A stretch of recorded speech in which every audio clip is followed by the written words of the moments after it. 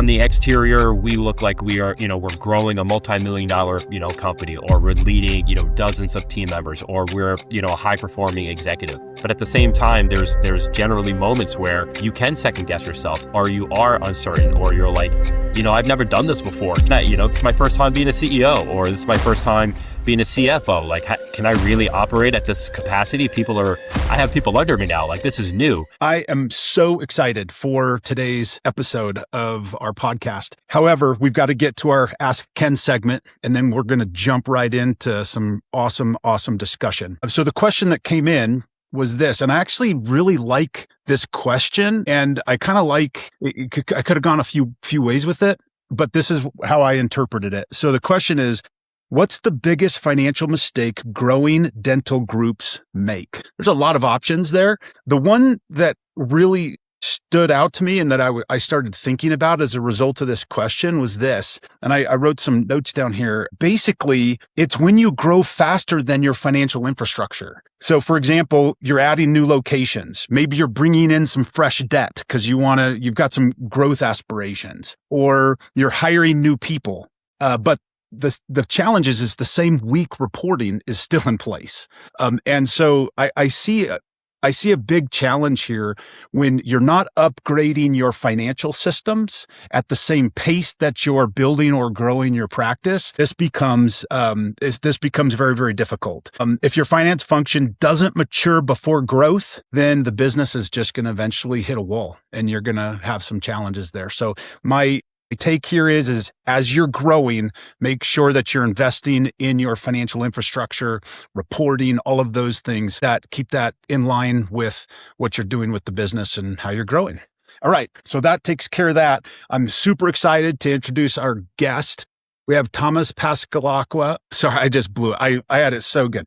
Thomas Passalacqua. Yeah. We love having you here on the show. We've got Dallin here today too. And so really we're ready to hand this over to you, Thomas, so you can just tell us what it is that is the dental truth that you want to bring up, and what are you thinking about it, and how can we improve the industry as a result? Sure, Ken. Thank you so much. I appreciate it. Dallin, it's great to have us together talking today. So my area that I focus most on, which is a contrast to kind of a lot of the financial and operational areas that a lot of the colleagues that we know that focus on the industry, I focus more on the human side of dental leadership and business ownership and entrepreneurship. I have a history of, I was a teacher many years ago. I have a master's in education. I was, in sales. I was in business development. So I've been in the industry, for about a decade, but started my career, helping others and being an educator. But I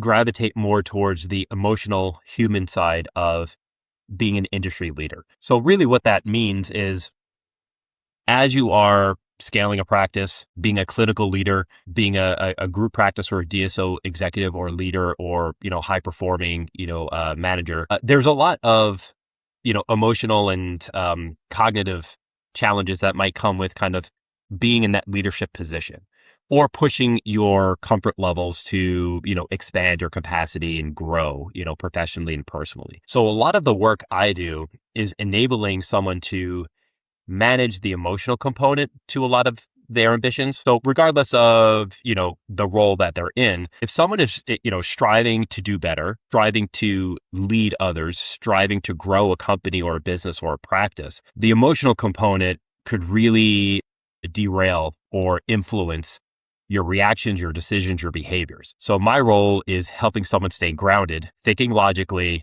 making strategic decisions on their goals, but doing so in a logical and objective lens versus a emotional reactionary lens.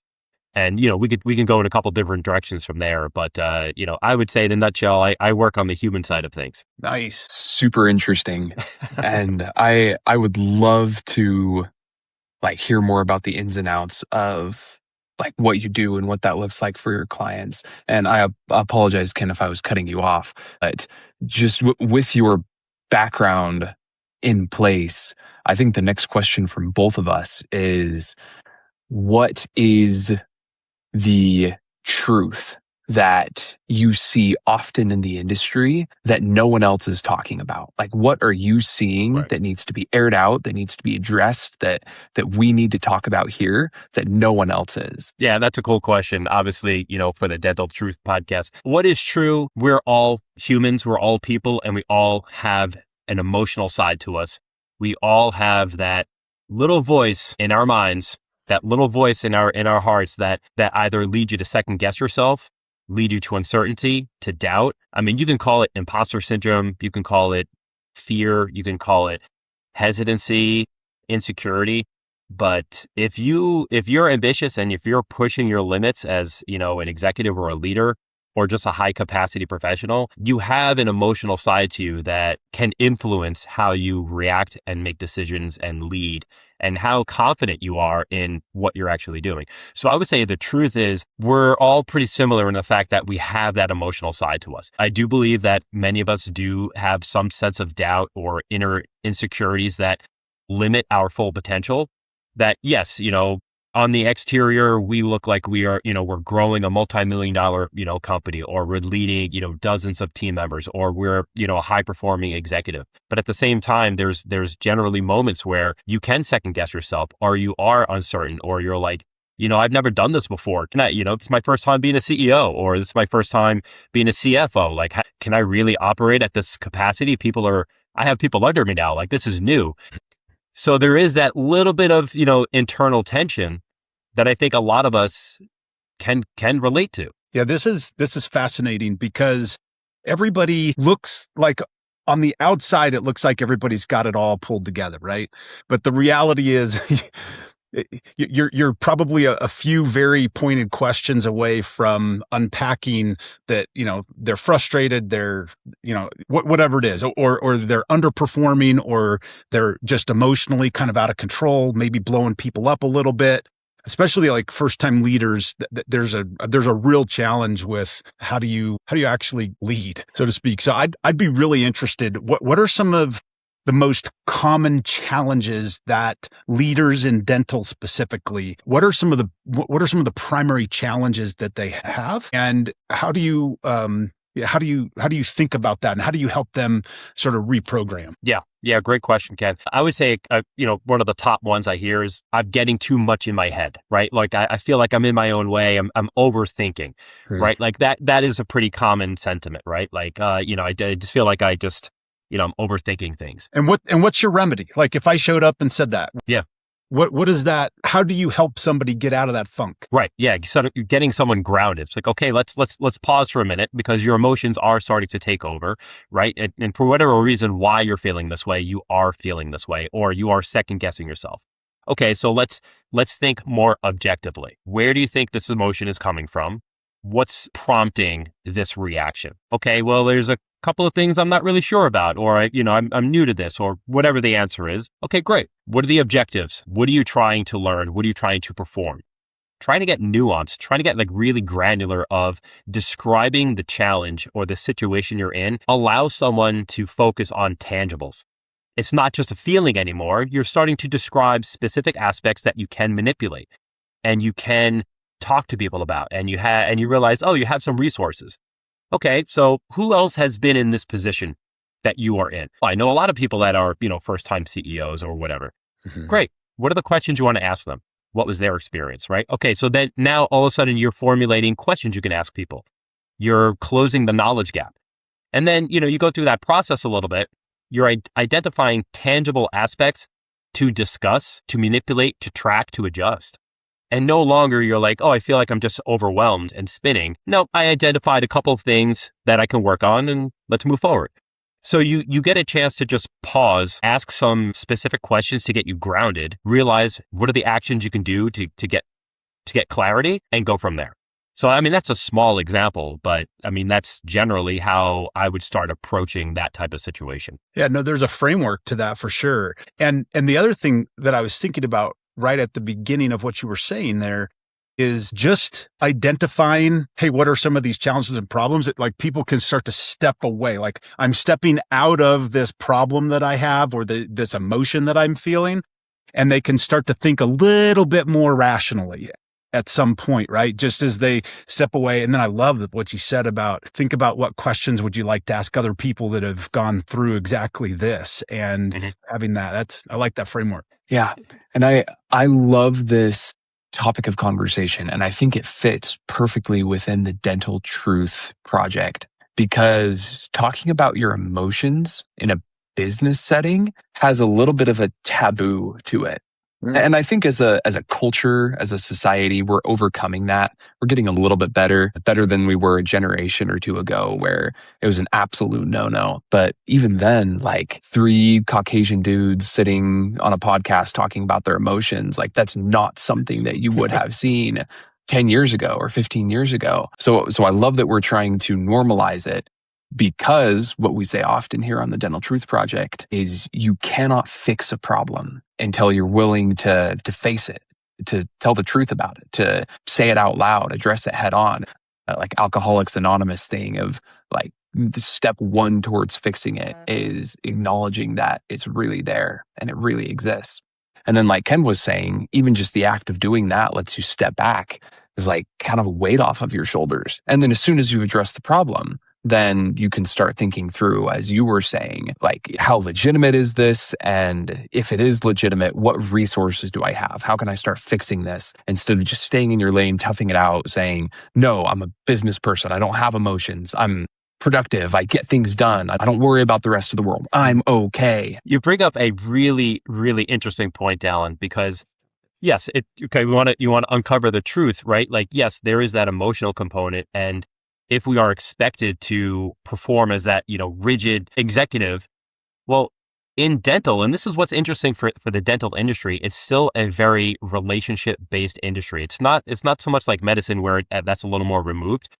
There's still the dynamic of the patient, the staff, and the dentist and the teams interacting well with one another and communicating well and relying on each other and building that trust within each other. Like, the dental practice is a different ecosystem than a medicine-based practice or a hospital-based practice.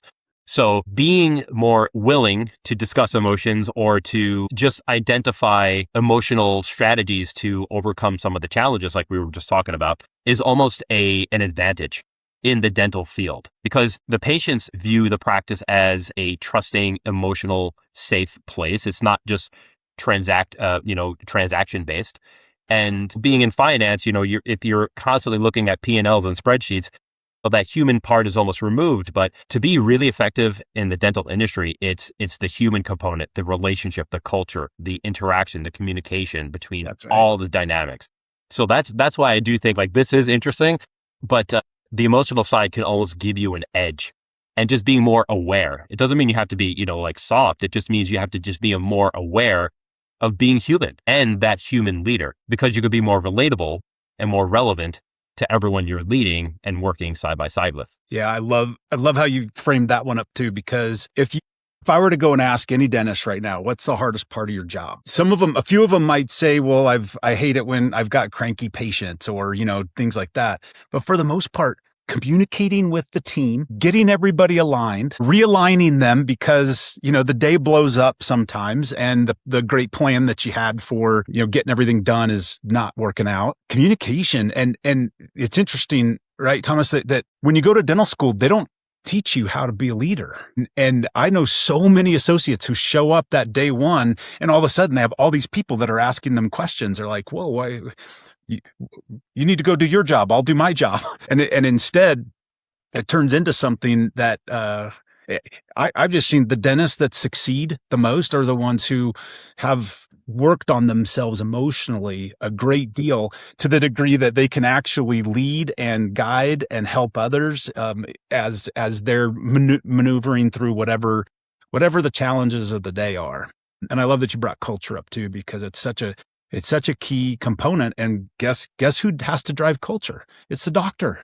You're not going to ask the dental assistant to do it. You're not going to ask the hygienist to do it. Like you're the leader of that practice. You're the leader of those employees, and they are expecting leadership to show up. Yeah. And it's how they connect with that leadership message to how they embody, that culture and how you could increase accountability as well. So there's a lot of pieces that tie into this. And one other thing that came to mind as you were talking as well is we also work with the group practice space. right? So the groups who are growing and who are scaling and have a majority of their growth through acquisitions and acquiring all of that culture and emotion and dynamic and all of that comes along with the practice transition. The groups that prioritize the culture and the emotional transition and the change management from an acquisition, those are the groups that can weather those dynamics and those ups and downs in the first few months of an acquisition. So prioritizing the shift, the emotional shift, the communication shift and dynamics, it's not just, the P&L that changes it. There's a human component too. So I think it's applicable both in private and in group practice settings. I actually talked to somebody just recently that their whole business model in dentistry is to go in and help with all of the change management when there is a transition, whether it's being sold or selling or acquiring or, whatever it is. I was just fascinated by that. And Dallin, you were going to say something. I was just very curious, Thomas. Many of our listeners are running medium to larger size DSOs. And I think your call out about there being this very strong emotional aspect to the whole acquisition process makes me wonder, what advice would you have if I were owning or operating medium to large size DSO, acquiring a couple of practices? What advice would you have for me to help with the emotional element of that acquisition? Yeah, really good question. In my experience and being within the DSO space, but also seeing other DSOs and who I admire as far as their growth, it's building the relationship with not just the selling partner or the partners, it's the associates, the managers, all the support team. It's being transparent, open, honest, building a trusting relationship because, this is a common sentiment, right? Like an acquisition is more like a marriage than it is like selling a house, right? Because you have to live with that person, especially if it's a long-term endeavor. So the culture fit has to be there, but the trust has to be there. The transparency has to be there. The open communication has to be there. And that then supports the financial side of the acquisition, right? Like everyone, the equity component, the investment, the growth. What's at the forefront of that is the confidence, the reassurance, and then the relationship that comes with both the selling partners, the team, and the executives and supporting team of the group practice, right? Your operations teams, your frontline managers, your support staff, your regional directors. There has to be relationship building as part of the acquisition process. Because when things go awry, and they always do, right? There has to be trust and reliability and competence in that mix. Yeah. And I'll just say that the antithesis of that is lawsuits and broken promises and all the things that fall apart if you don't get all that stuff right up front. Yeah. Attrition, right? Turnover, that is a huge topic in the dental space, right? High attrition, high doctor turnover, hygiene turnover, all of that. Is it just a salary-based question or is there more there? Like why isn't someone feeling aligned and, passionate about their role? Is it meaningful for them? Where is that falling apart for them? Yeah. All right, Dallin, any final thoughts as we start to wrap this up? No, I think this was a fantastic conversation and definitely something that the dental industry needs to hear more about and be thinking more about. So thank you, Thomas. That's right. Thomas, any final thoughts on your end? Yeah, I'm curious just to kind of put the question out there, like how many of us in the dental industry can relate to these sentiments and these, topics, because if we do want to uncover some truth, I do think a lot of this stuff is more common than many of us feel like we would agree to, right? And sometimes we have to wear certain hats and act a certain way or present a certain way, in certain leadership roles and roles that we're in. But I'm curious, as we're listening to this, chime in, comment, is this something that's common and something that you would like to talk more about? This is my area. So I'd love to dive into this more. So I'd love to invite people to reach out to us and talk about this. Fantastic. Yeah. So why don't you go ahead and let people know how they can reach out to you? Yeah. LinkedIn is a phenomenal way to reach me. I'm very active on LinkedIn. Send me a message. I will respond. My website is ascendpropathways.com. There's a message board on there. I have a lot of articles and resources and events that I do there and a ton of coaching resources that I put a lot of time into developing. My website, or my LinkedIn would be the best way to reach me. Awesome. All right. Well, that's it for today's episode of the Dental Truth Project. Thanks again to Thomas Passalacqua for joining us. Passalacqua. Passalacqua. Thank you. Passalacqua. It's a popular aspect of me. It's you're not alone, Ken and Dallin. I promise you. Well, regardless of my inability to pronounce your last name, we're really grateful you were on. Yep. The insights and the things you shared were phenomenal. So thank you so much for that. Awesome. Now, It's to great. all the listeners, if you enjoyed this episode, be sure to follow or subscribe so you don't miss what's coming next. We have a new episode that drops every Wednesday morning. I'm Ken Kaufman, and until next time, keep seeking the truth that helps dentistry thrive. Happy day.